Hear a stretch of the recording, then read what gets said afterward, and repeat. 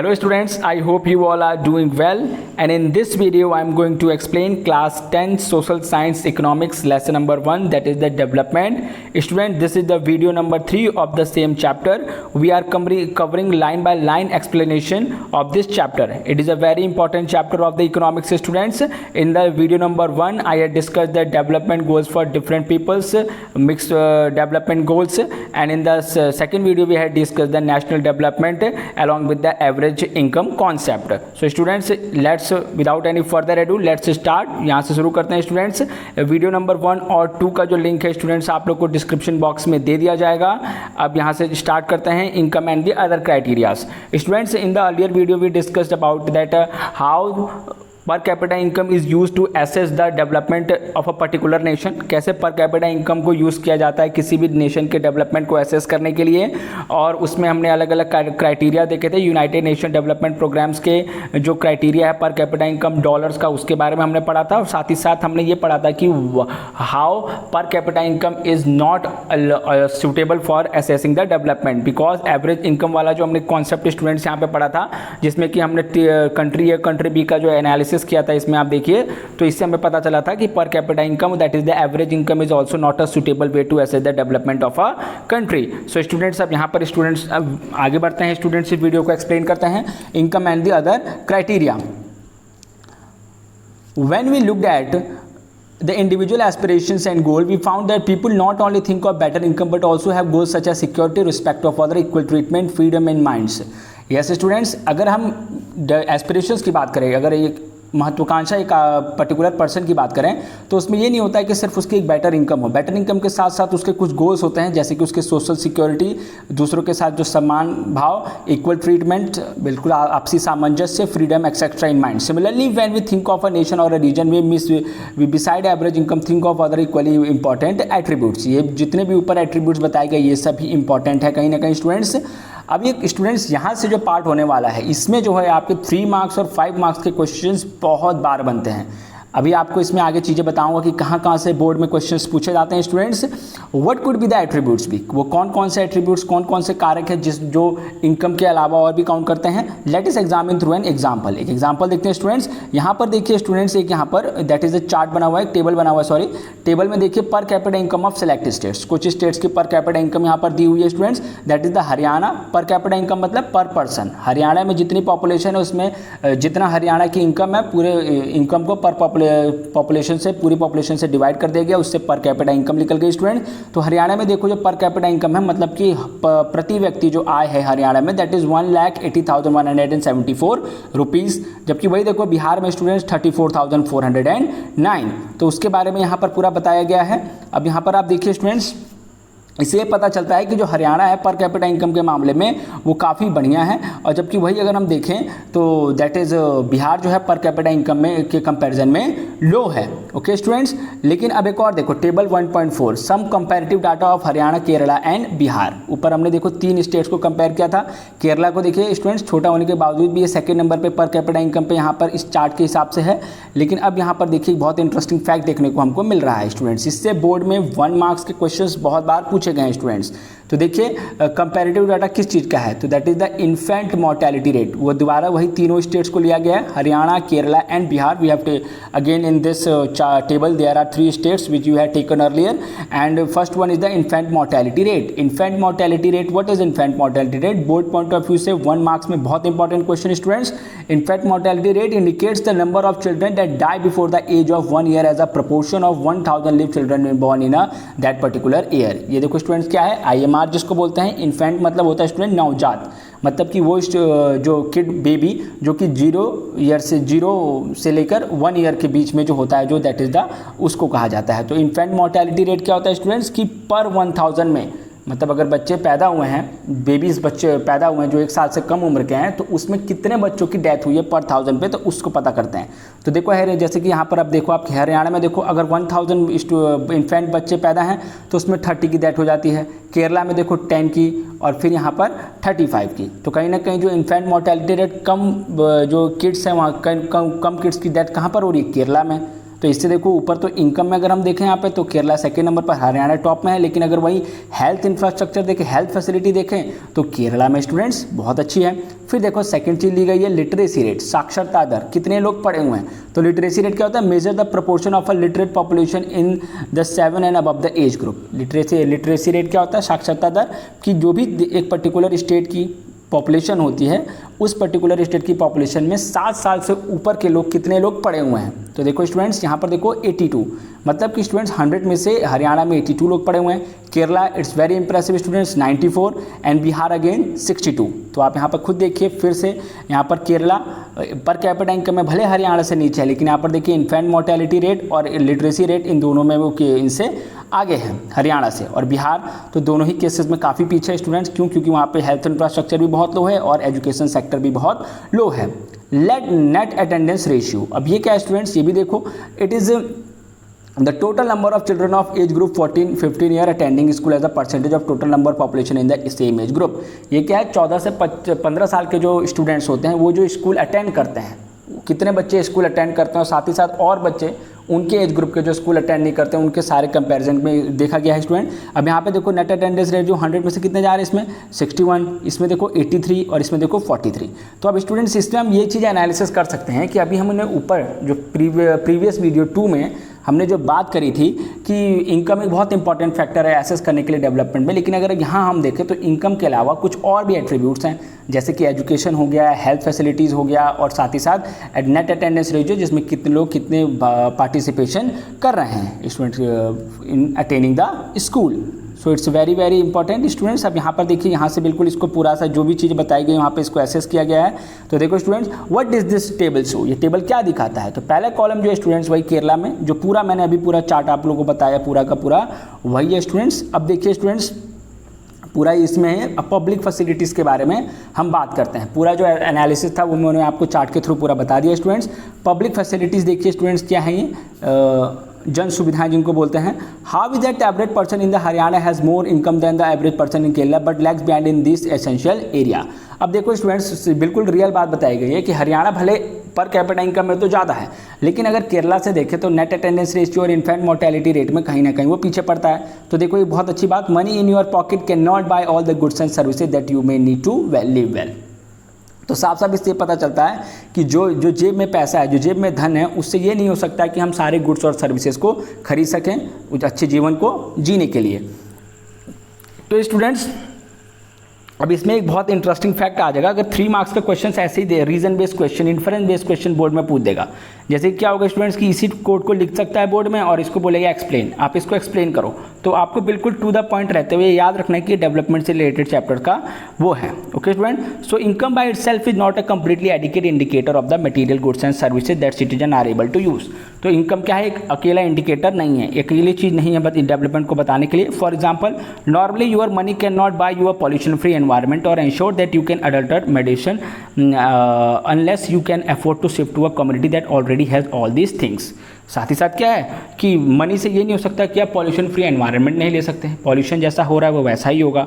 साथ ही साथ आपको अनअडल्टरेटेड मेडिसिन, मिलावटी जो दवाइयाँ हैं वो जरूरी नहीं है कि मिलेंगी कि नहीं मिलेंगी, जब तक कि आप के पास इतना धन ना हो जाए कि आप एक पर्टिकुलर सोसाइटी पे शिफ्ट हो जाएं। तो ये कुछ ही लोगों के लिए संभव है, बाकी अधिकतर लोगों के लिए संभव नहीं है students. Money has not been able to protect from infection disease, money से आप अपने आप को इन्फेक्शन और डिजीज से बिल्कुल बचा नहीं सकते हैं। For example, recently we are going through the कोविड-19 से आप देख सकते हैं कि कहीं ना कहीं precaution, health facility is much important in compare to the money and unless the whole of your community takes preventive step. जब तक कि पूरी कम्युनिटी प्रिवेंटिव स्टेप्स नहीं लेती तब तक तो आप मनी से कुछ नहीं कर सकते हैं in when it the matters of the disease. Okay, actually for many of the important things in life the best way also the cheapest way. कभी कभी देखा जाता है कि अधिकतर जो होती हैं इंपॉर्टेंट चीज़ जो कि सबसे अच्छा जो तरीका होता है वो सबसे सस्ता भी, to provide this goods and services collectively. कैसे, जब ये सारे गुड्स और सर्विसेज एक साथ लोगों को प्रोवाइड करी जाती हैं। Just think, will it be cheaper to have a collective security for the whole locality और each house to have its own security man. बहुत साधारण सा एग्जांपल कि अगर एक कोई कॉलोनी है तो उस कॉलोनी को रखवाली के लिए क्या एक सिक्योरिटी, अगर सभी लोग मिलकर सिक्योरिटी गार्ड रखें, वो बिल्कुल मेन गेट पे खड़ा रहे, वो बढ़िया है, या फिर हर घर के लोग अपने अपने इंडिविजुअल सिक्योरिटी गार्ड को रखें। What if none other than in your village और a locality is interested in instructing अगर क्या हो कि आपके लोकेलिटी और गांव में कोई मतलब locality is interested in study, पढ़ने में इंटरेस्टेड हो, would you be able to study, क्या आप पढ़ पाएंगे, क्या आप उसमें पढ़ पाएंगे अगर आपके अलावा कोई और भी इंटरेस्ट ना हो। Not unless your parents could afford to send you to the some private school और एल्सवेयर। जब तक क्या होगा, अगर कोई इंटरेस्टेड ही नहीं है तो सिंपल सी बात है कि कुछ ही लोग पढ़ने वाले होंगे, तो प्राइवेट स्कूल में ही एडमिशन लेना पड़ेगा सभी को। Okay students, so you are actually able to study because many other children also want to study and because many other people that the government should open school and provide other facilities so the children have a chance to study. अब ये same वही बात बताएगी कि government की facilities open हुई हैं, उसमें या तो पढ़ने जाएं या फिर प्राइवेट स्कूल में, क्योंकि अधिकतर हर लोग इस समय एजुकेशन को ज़्यादा तवज्जो दे रहे हैं। Even now, in many areas, children, particularly girls, are not able to go to the high school because the government society has not provided adequate facilities. और साथ ही साथ ये भी देखा जा रहा है स्टूडेंट्स कि कई जगहों पे देखा जाता है कि गर्ल्स आज भी स्कूल नहीं जा पा रही हैं। अब तो ट्रेंड बहुत ज़्यादा चेंज हो चुका है। पहले तो ऐसा था कि कई मेनली फिफ्थ और एट्थ के बाद से बेसिकली बॉयज़ ही ज़्यादा एजुकेशन लेते थे। अधिकतर ये होता था स्टूडेंट्स की कई स्कूल में फैसिलिटीज़ ज़्यादा नहीं होती थी जो गर्ल्स को सपोर्ट करें।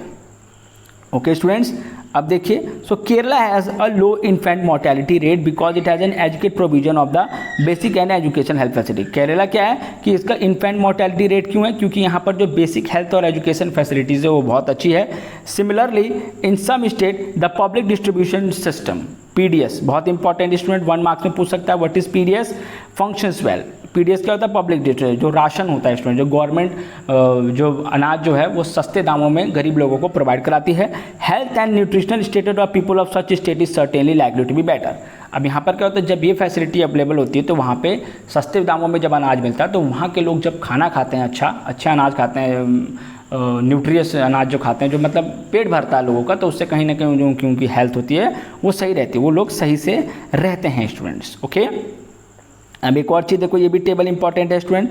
Education achievement of a rural population of Uttar Pradesh. Uttar Pradesh जो स्टेट है वहाँ पर क्या एजुकेशनल अचीवमेंट है, तो literacy rate of a rural population. अब जो गांव ग्रामीण क्षेत्र है वहाँ की जो लिटरेसी रेट, साक्षरता दर क्या है student, that is the 76% and female 54% only. फिर है literacy rate of a rural children is as 10 to 14, 10 से 14 साल के बच्चों में जो लिटरेसी रेट है गाँव के बच्चों में 90% लड़के पढ़ते हैं, 87% गर्ल्स पढ़ती हैं। Percentage of a rural state 10 to 14 attending school, ऐसे बच्चे परसेंटेज जो बताए गए कितने, तो 85 और 82%। तो इसमें इन्फ्रेंस बेस्ड यहाँ पर क्वेश्चंस पूछे गए स्टूडेंट्स। आप अगर वीडियो को पॉज करके अगर इसका आंसर देना चाहें तो you can go for that, बहुत आसान है, it is an inference based students. Okay, अब यहाँ पर एक चीज़ बहुत इंपॉर्टेंट है, यहाँ पर पॉइंट आ रहा है स्टूडेंट्स। यहाँ पर देखिए एक BMI के बारे में बात किया गया है स्टूडेंट, बॉडी मास इंडेक्स। ये एक रेशियो होता है स्टूडेंट जिसमें हम वेट और हाइट को दोनों को एक रेशियो लेते हैं और एक पर्टिकुलर स्केल बताया जाता है स्टूडेंट्स। आप नेट पे इसके बारे में सर्च कर सकते हैं। उसमें बताया जाता है कि अगर 18 से फॉर एग्जांपल नीचे है BMI किसी भी उसका हाइट और वेट का रेशियो, तो उसको वीक माना जाता है, और 26 से ऊपर है तो उसको ज़्यादा ओबीस माना जाता है, मोटापा उसको माना जाता है। और वही अगर 18 और 25 के बीच में है, अमूमन मैं एक आइडिया दे रहा हूँ, आप अगर इसके बिल्कुल कैलकुलेटिव बढ़िया से एग्जैक्ट फिगर लेना चाहते हैं तो you can directly go on the net, बिल्कुल BMI आप सर्च करेंगे तुरंत पता चल जाएगा स्टूडेंट। अब बहुत इंपॉर्टेंट 5 मार्क्स में जो हर बार पूछा जाता है अधिकतर 2 और 3 ईयर्स में, उसके बारे में हम स्टूडेंट्स यहाँ पर आपको पढ़ाने जा रहे हैं। That is the human development report. Once it is realise that even through the level of income is important yet it is indicate measure of the level of the development. जब ये देखा गया कि सिर्फ इनकम ही जरूरी नहीं है किसी भी डेवलपमेंट के लेवल को वो करने के लिए, तो there could be a law, तो कुछ अलग अलग क्राइटेरियाज भी होंगे जिससे पता चले। तो हेल्थ एंड एजुकेशन इंडिकेटर्स ये भी जरूरी हैं, such as once we use comparison of the Kerala and Haryana. Same जैसे कि हमने केरला और हरियाणा को अभी हेल्थ सेक्टर में इन्फेंट मोर्टेलिटी रेट और लिटरेसी रेट के बेसिस पर हमने कंपेयर किया students. Okay, over the past decade health and education indicators have come to widely used along with the income as a measure of the development। अब हम देख सकते हैं कि पूरे पास्ट ईयर में जो हेल्थ और एजुकेशन इंडिकेटर्स हैं वो कहीं ना कहीं ह्यूमन डेवलपमेंट से रिलेटेड हैं। अब यहाँ पर बहुत इंपॉर्टेंट पॉइंट आ रहा है स्टूडेंट, ह्यूमन डेवलपमेंट रिपोर्ट जो कि यूनाइटेड नेशन डेवलपमेंट प्रोग्राम हर साल कंपेयर करने के बेसिस पर इसको जारी करता है, जिसमें कि health status, per capita income, education level, इसको तीनों को रखा जाता है। It would be interesting to look at the certain relevant data. अब कुछ इंटरेस्टिंग देखो रेलिवेंट डाटा है यहाँ पर स्टूडेंट। अब इससे स्टूडेंट्स इन 2009 में भी एक बार क्वेश्चन पूछा गया है, बहुत ही ट्रिकी क्वेश्चन है स्टूडेंट्स, इसको ध्यान से देखना आप। यहाँ पे देयर आर 6 कंट्रीज यहाँ पे दिए गए हैं इंडियन सब कॉन्टिनेंट के, Sri Lanka, India, Myanmar, that is Pakistan, Nepal and Bangladesh. अब यहाँ पर देखो ग्रॉस नेशनल इनकम, ये फिर जो इनकम होती है जैसे per capita income, PPP, purchasing price parities पे, तो इसके बेसिस पे बात की गई कि पर्टिकुलर देश के लोगों की इनकम क्या है। तो स्टूडेंट क्वेश्चन क्या पूछा गया था बोर्ड में कि इंडिया और श्रीलंका के बेसिस में कौन से देश का जो ह्यूमन डेवलपमेंट इंडेक्स है वो ज़्यादा है। तो जिन स्टूडेंट्स ने बहुत ध्यान से नहीं पढ़ा था या फिर बड़ी अच्छे से नहीं पढ़ा था, उस कई स्टूडेंट्स ने ये एसेस कर लिया था कि इसमें इंडिया पॉपुलेशन में ज़्यादा है, बड़ी कंट्री है इंडिया, इनके सारे देशों से अच्छा है, तो इंडिया को ह्यूमन डेवलपमेंट इंडेक्स पे ज़्यादा रख दिया था। एक जनरल सेंस है स्टूडेंट, अगर आप बोर्ड की प्रिपरेशन करोगे तो जाहिर सी बात है बहुत अच्छे से प्रिपरेशन करोगे, लेकिन मैं एक जनरल सेंस में बता रहा हूँ कि कई स्टूडेंट्स ने इस पर गलती भी किया था। तो स्टूडेंट्स हमको ये बात याद रखना है कि कहीं भी जो चार्ट या फिगर हमको एनसीईआरटी की बुक्स में या फिर हमारे हेल्प बुक्स में मिल रहे हैं तो उसको ध्यान से पढ़िए, क्योंकि कई बार क्वेश्चंस वहाँ से आते हैं। तो अब देखो स्टूडेंट्स, यहाँ पे बहुत ही इंपॉर्टेंट चीज़ देखो अब यहाँ पे देखने को मिलेगी। तो सारे देशेस के जो हैं वो पर कैपिटा इनकम यहाँ पर बता देंगे हैं। श्रीलंका देखो 11,326, मतलब कि हर एक पर्सन की जितनी, मतलब श्रीलंका की पूरी इनकम डिवाइडेड बाई पॉपुलेशन, तो पर आदमी पर इतना रुपया आता है, इतना डॉलर, ठीक है ना। अब इंडिया में देखो ये इतना है, ठीक है ना, परचेज पावर पैरिटी। अब देखो लाइफ एक्सपेक्टेंसी रेट, वहाँ पर कितने साल तक लोग जीवित रहते हैं। तो देखो श्रीलंका में 75 ईयर एवरेज एज, मतलब अधिकतर लोग इतने साल तक जीते हैं। इसका मतलब इंडिया, दैट इज़ इंडिया में 68, then Myanmar 66 and then last में देखो बांग्लादेश 72। तो इसका मतलब क्या है कि जिस देश में लाइफ एक्सपेक्टेंसी बर्थ अच्छी है, इसका मतलब क्या है, मतलब बर्थ पे इतने लोग जीवित रह जाते हैं स्टूडेंट्स, मतलब एक्सपेक्टेंसी बर्थ के टाइम पर इतने, सॉरी फॉर दैट, बर्थ के टाइम पे इतने लोग जीवित रह जाते हैं, उसके बारे में है। तो देखो जिसके अच्छा है उसका मतलब जाहिर सी बात है कि वो देश आपका हेल्थ फैसिलिटी में अच्छा है। फिर देखो मीन ऑफ स्कूलिंग एज 25, अब पर्टिकुलर एवरेज निकाला गया है कि कितने बच्चे वहाँ पर स्कूल अटेंड करते हैं, एवरेज बच्चों का। तो 10 देखो यहाँ पर 6.4 यहाँ पर लगा रहेगा, मतलब कि पीपल एज 25 एंड अबव, मतलब मीन ईयर्स ऑफ स्कूलिंग, मतलब अधिकतर स्कूलिंग कितने सालों तक होती है, एक एवरेज काउंट करके उसको किया गया है। और फिर HDI रैंक देखो स्टूडेंट, ये इंपॉर्टेंट है। ह्यूमन डेवलपमेंट इंडेक्स रैंक में श्रीलंका 76 नंबर पर और इंडिया आता है 130 नंबर पर। था बोर्ड में जो क्वेश्चन बना था वो स्टूडेंट्स इससे बना था। अब स्टूडेंट्स आप इसके बारे में हम आगे बढ़ते हैं students. Isn't it surprising that a small country in our neighborhood Sri Lanka is much ahead of the India in every respect of a big country like our as a low rank in the world? देखो ये बिल्कुल surprising है कि कैसे एक छोटा सा देश, हमारा पड़ोसी देश, कैसे हर चीज़ में हमसे आगे इस मामले में। ऑल्सो तो that Nepal and Bangladesh have low per capita income than of India yet they are better than in the life expectancy. अब देखो यहाँ पर ही खुद देखो कि जो ये है नेपाल और बांग्लादेश, यहाँ पर देखो इन दोनों की जो है पर कैपिटा इनकम इंडिया के कंपेरिजन में कम है, लेकिन अगर वहीं पर देखो तो हेल्थ फैसिलिटी में यहाँ पर देखो लाइफ एक्सपेक्टेंसी में India 68.8, whereas Nepal and Bangladesh both have 70 and 72.8 respectively. Okay, and then many improvements have been suggested in calculating HDI. हर साल हर बार कई improvements suggest किए जाते हैं इसको अच्छा और बढ़िया बनाने के लिए, ठीक है ना। It has made it very clear that what is important to development and what is happening citizen to a country. इससे पता चलता है कि उस देश के लोग कैसे हैं, क्या उन लोगों की कितनी सुविधाएं मिल रही हैं। HDI से बहुत एक अच्छा इंडिकेटर है स्टूडेंट। पूरे वर्ल्ड में जब ये ह्यूमन डेवलपमेंट इंडेक्स आता है तो उससे पता चलता है कि उस पर्टिकुलर देश की जो गवर्नमेंट है, the particular government of that country, how it is functioning students. Okay, so do you think there are certain other aspects, क्या आपको लगता है कुछ और भी अदर एस्पेक्ट्स हो सकते हैं जिसमें हम ह्यूमन डेवलपमेंट को कंसिडर कर सकते हैं। अब स्टूडेंट्स ये आता है that is the sustainability of the development. 1 marks के क्वेश्चंस में बहुत इंपॉर्टेंट है सस्टेनेबिलिटी ऑफ द डेवलपमेंट। मैं इसको बिल्कुल फ्यूचर, इसको यहाँ पर एक बहुत अच्छा कोट दिया हुआ है, देखिए student, we have not inherited the world from our forefathers, we have borrowed it for our children. ये नहीं है कि जो भी हम, जो दुनिया संसार जो हमको मिला हुआ है, वट वी हैव इनहेरिटेड, जो भी हमको आसपास सराउंडिंग मिली हुई है, ऐसा नहीं है कि हमको फोर फादर से, मतलब वो उनको उन्होंने हमको दे रखा है, नहीं, ये हमको कहीं ना कहीं उन लोगों से उधार ले रखा है अपने चिल्ड्रंस के लिए, फ्यूचर जनरेशन के लिए। तो जाहिर सी बात है सस्टेनेबिलिटी मतलब फ्यूचर जनरेशन के बारे में स्टूडेंट्स बात हो रही है। तो जो सस्टेनेबल डेवलपमेंट होता है, it is the that type of development in which that development is carried out by keeping in mind the future generation. आसान शब्दों में समझो स्टूडेंट, सस्टेनेबल डेवलपमेंट वो डेवलपमेंट होता है जिसमें डेवलपमेंट किया जाता है फ्यूचर जनरेशन को ध्यान में रखते हुए। सिंपल बस यहीं पर है स्टूडेंट्स यहाँ पे। तो स्टूडेंट देखो ये पे ग्राउंड वाटर का एक एग्जांपल लिया गया है।